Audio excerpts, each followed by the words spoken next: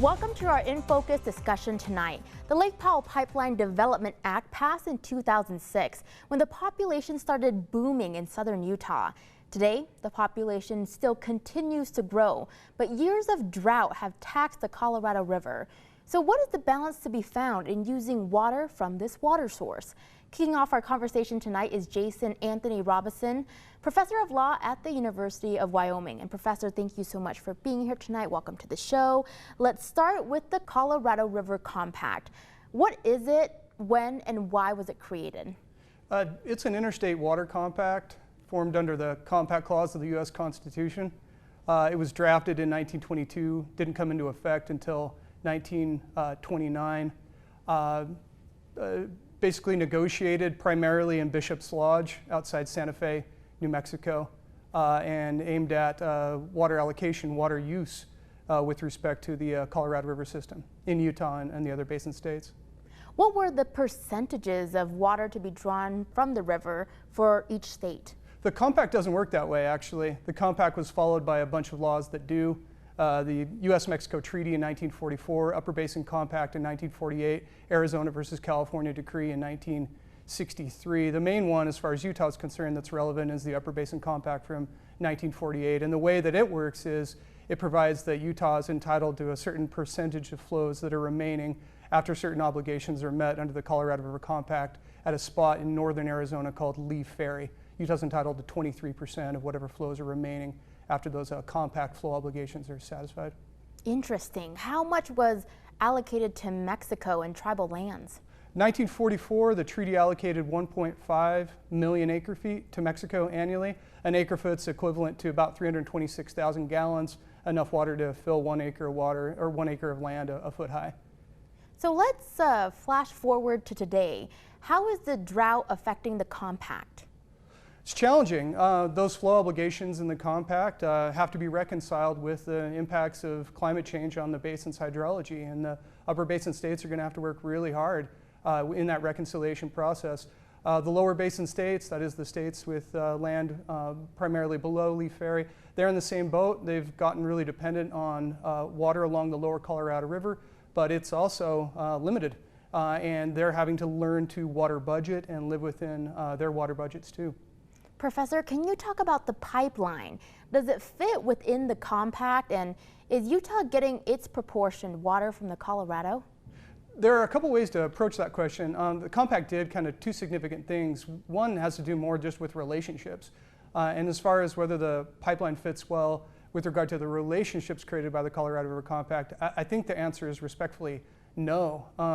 The other basin states wrote a letter in September of last year, 2020, expressing consternation about the Lake Powell Pipeline. And I won't delve into the details of the letter, but from a relationship perspective, I think it's really concerning. As far as allocation goes, there's a rabbit hole for you. The Department of Natural Resources in Utah says that Utah's consumption of water from the Colorado River system now is about 1 million acre feet, and that squares with the stuff that I've studied independently. The challenge is that since 2000, water flows in the system have just dropped. Lee Ferry flows from 2000 to 2019 are about 12.8 million acre feet according to the Upper Colorado River Commission. You got to back out those flow obligations, a small entitlement to Arizona, and then you apply that 23% mentioned earlier under the Upper Basin Compact to whatever's left over, whatever's remaining. When I do that math, it equates to a little over 1 million acre feet. So it seems to me that it's uncertain how much more room for growth Utah has in its apportionment. Last thing I would add is just that the projections for climate change impacts on the basin's hydrology looking forward, they're not good. They're daunting. And the other thing to consider is tribal water rights, particularly a 370,000 acre foot water right held by the Northern Ute up on the Uinta-Ouray Reservation that at this point in time is unresolved. And that's added to an 81,500 acre foot water right that's going to be recognized a depletion right for the Navajo Nation if the Navajo-Utah San Juan settlement goes through. Wow, thank you for putting that into perspective. Professor, where is Utah in the process for the pipeline creation? So the pipeline is subject to a federal law called the National Environmental Policy Act. That law for projects like the pipeline requires environmental impact statements. Basically, the rundown is last June, of 2020, a draft environmental impact statement was prepared, opened up for comment. Comment period concluded in September. One of the comments is the letter I alluded to from the basin states regarding their views on the pipeline. That happened on September 8th of 2020. Moving forward from that, some serious thought is going to be given, I guess, to the comments that have been provided on the draft environmental impact statement. The basin states asked then Secretary Bernhardt, not to move forward with a final environmental impact statement. So to my understanding, that process hasn't moved forward. Instead, there's some supplemental work that's being done on the draft environmental impact statement. I don't have clarity as far as the timeline with regard to that supplemental work. I think it's just an extended timeline. Thank you so much for helping us sort of introduce this crash course to our viewers. You've been hearing from Jason Anthony Robison, Professor of Law at the University of Wyoming. And Professor, thank you so much for your insight tonight. My pleasure, thanks. We'll be right back. Thanks for staying with us for our second In Focus discussion tonight on the Lake Powell Pipeline. We turn now to the group who is in favor of completing the project. Joining us next is Zach Renstrom, General Manager of the Washington County Water Conservancy District. And Zach, thank you so much for making the trip from St. George to be here tonight. Can we start with a brief overview of your supporting arguments for the pipeline? Why is it our most ideal option? Sure. So this is not a new concept. The state of Utah has been studying this project for several years. And early on, almost 20, 30 years ago, the state of Utah recognized the rapid growth that would be occurring in southern Utah. And even with and looking at our current water supplies and what we can do and how we can stretch those, they realized that the southern portion of the state was going to run out of water, even with conservation measures. And so essentially what happened at that time was state engineers looked around at what water supplies were available, and they looked to the Colorado River, and Utah still has portions of water that they could develop on the Colorado River. And so at that time, it was actually the state of Utah that made the proposal to develop the Lake Powell Pipeline, and that's why the state of Utah legislature actually voted on it to move forward with the project. So it's actually a state of Utah project, not a water district project.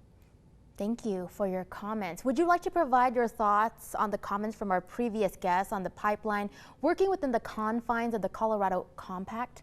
Sure. I thought the previous guest, he did an excellent job and very well spoken, and I agree with a lot of his statements. The only thing that I would maybe disagree with him a little bit is I think the compact is working very well.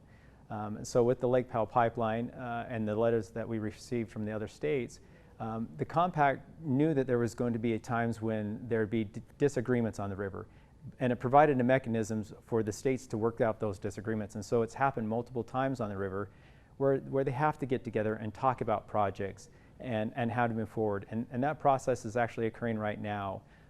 Each state is allowed to assign one commissioner, and those commissioners are meeting together, just not on the Lake Powell Pipeline, but on all the rivers, issues on the river. And so I think the compact is working very well. I think the Lake Powell Pipeline is part of that process, and I'm actually encouraged to see the states working together to find this solution to the issues that we're facing here in the western United States.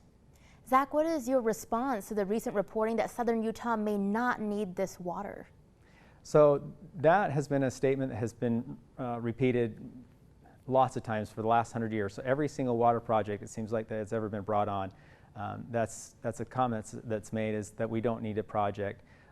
Whenever a comment is made or a statement's made or ideas, we always research those and look at those studies and evaluate those studies, because we want to make sure that we're using the water wisely, and we want to look at all the different options out there. And so it's something that we've heard multiple times. I've had the opportunity to review those studies or discussions, but as the individual that is out on the river, out at the reservoirs, out at the water treatment plant, and live in the community and see what's going on, and also the person that is responsible to make sure that my little community down there in southern Utah will have safe, reliable drinking water, I feel those studies come short.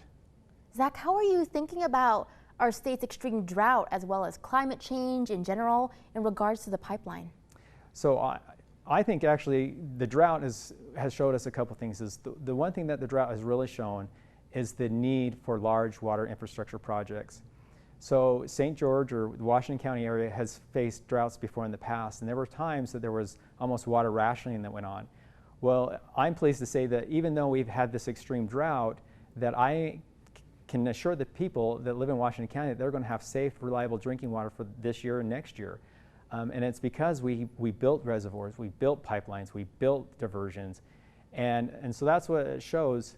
Also, in looking forward and assuming that our climate is going to be hotter and drier, it makes the need for these big water infrastructure projects even more. And so a lot of times people say, well, what's the strongest argument for the Lake Powell Pipeline? And I think it's actually comes out to be climate change or climate warming or whatever acronym or political word you want to put to it. We're assuming a hotter, drier environment, and that's one of the reasons why we want a second source to our little virgin river that we have right now that we rely on. Zach, what would the cost of the pipeline be? So right now, we have not designed the pipeline. It's still in the environmental review process, but part of that is they do engineering studies on it, or estimates. And right now, it varies because we have different routes we can go, and so it varies quite a bit. The last one that I saw that came out in the draft EIS is we're looking at about $1.6 billion if we go on the preferable route. But there's a lot of variables with that. It'll really depend on what the price of steel is at certain times, the price of diesel. But as of right now, the most current cost estimate is $1.6 billion. And Zach, what are the next steps from here?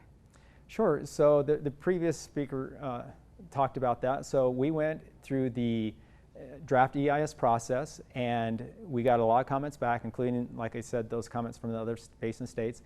And we take those very seriously, and we look through those, and we want to make sure that we're doing the most appropriate thing, not only for the environment, for our citizens. And so we're carefully evaluating those comments. We're looking into them and really considering each one at that. And so what will happen is we've asked as a water district in the state of Utah with the federal government is give us an opportunity to review those comments, and then we'll probably come out with what's called a supplemental EIS, where it'll give the public another opportunity to review those. All right, you've been hearing from Zach Renstrom, General Manager of the Washington County Water Conservancy District. And Zach, thank you so much for being a part of this discussion. We appreciate your time. Thank you, it's been a pleasure. We'll be right back. Welcome to our third and final In Focus discussion tonight on the Lake Powell Pipeline. Earlier, you heard arguments in favor of the pipeline, and now we turn to the opposition. Rounding out our conversation tonight is Zachary Frankel, Executive Director of the Utah Rivers Council. And Zach, welcome to the show. Can we start with a brief overview of your opposing arguments for the pipeline? Why is this not our most ideal option? Good evening, Rosie. Thank you for inviting me here. The Lake Powell Pipeline is just a pork barrel boondoggle water project. When people hear the word water, they are almost ready to pull out their water upon hearing it because we all love water. But the reality is this is just wasteful government spending in its simplest form. The numbers don't lie. Washington County is among the highest per person water users in the United States, more than 300 gallons per person per day. And if you just drive 90 minutes away to Las Vegas, those residents are using about 115 gallons per person per day. Washington County is using almost 3 times the water use of Las Vegas per person. And the reason for that is because that agency, that government agency that we just heard from, actually collects so much money from property taxes on homes, on businesses, even on automobiles, that the agency charges the least expensive water rates in the country. And that's why it has such very high water use. Water conservation matters. It's a real policy. It's not just marketing or social media campaigns. It's real policies to incentivize water conservation and lowering water demand. And we are just taking our very first steps in Utah to save water. The Lake Powell Pipeline is a lobbyist boondoggle. Zach, thank you for your thoughts. Would you like to provide your thoughts on comments from our first guest on the pipeline working within the confines of the Colorado Compact? Yes, the largest reservoirs in America are on the Colorado River, and that's Lake Powell and the Lake Mead. Those are the 2 largest reservoirs in America, and they are plummeting to their lowest levels in modern history. The idea that there is some surplus water there is akin to claiming that we should fiddle while Rome burns.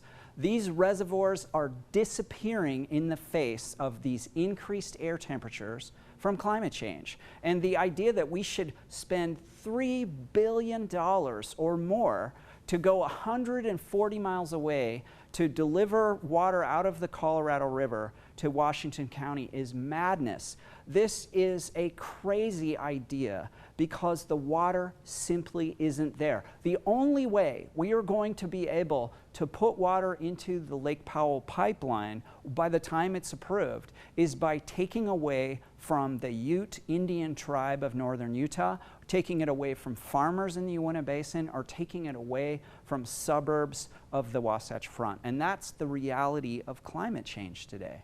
Zach, what is your response to the recent reporting that southern Utah may not need this water? You know, it's been widely documented again and again that Washington County does not need this massive government spending proposal, and here's why. Numbers don't lie. You know, there's about 160,000 acre-feet of water in Washington County, and look at Albuquerque and Tucson. Both of those communities have about 105,000 acre-feet in their water supply, but a population of 700,000 people in each one of those communities. Washington County, by comparison, has just 180,000 people and 160,000 acre-feet. That is a massive quantity of water. It's not about whether or not Washington County is growing. Of course it's growing, but so is much of the American West and the United States. They don't all need $3 billion in new water projects. What we need are fiscal conservatives in Utah that are standing up to wasteful government spending, because that's what this is about. If the Washington County Water District would really look at its property tax policy, then Utahns could be given a tax rebate. Washington County Water District calls itself a water district, but they should call themselves a property tax district, because they get 33% of all of their revenues collecting property taxes on homes, on businesses, and even on automobiles. By comparison, they only receive 22% of their revenues from the sale of water. Less than 25 cents of every dollar they collect is from water sales, and 33 cents of every dollar they collect is from property taxes. Why do we call them a water district? We should call them a property tax district. We aren't even taking the first basic infantile steps to save water in Washington County. It's just a marketing campaign. It's just hype, and people are tired of it. There is no need for the Lake Powell Pipeline in Washington County. And the last thing I'll say about it is this. This is not a service being performed for Washington County. This is a financial albatross. To pay for the pipeline will require 500% increases in water rates. Does anybody in Washington County really want to pay 500% more for the water they consume? Because I don't know anybody that is clamoring for that kind of an increase to their rates in the future. Zach, thank you so much. You've been hearing from Zachary Frankel, Executive Director of the Utah Rivers Council. And Zach, thank you so much for being here tonight. We appreciate your time. Thank you. And don't forget, we'd love to hear from you about the show. We invite you to join our Facebook group by searching for ABC4 In Focus, or send us an email, infocus@abc4.com.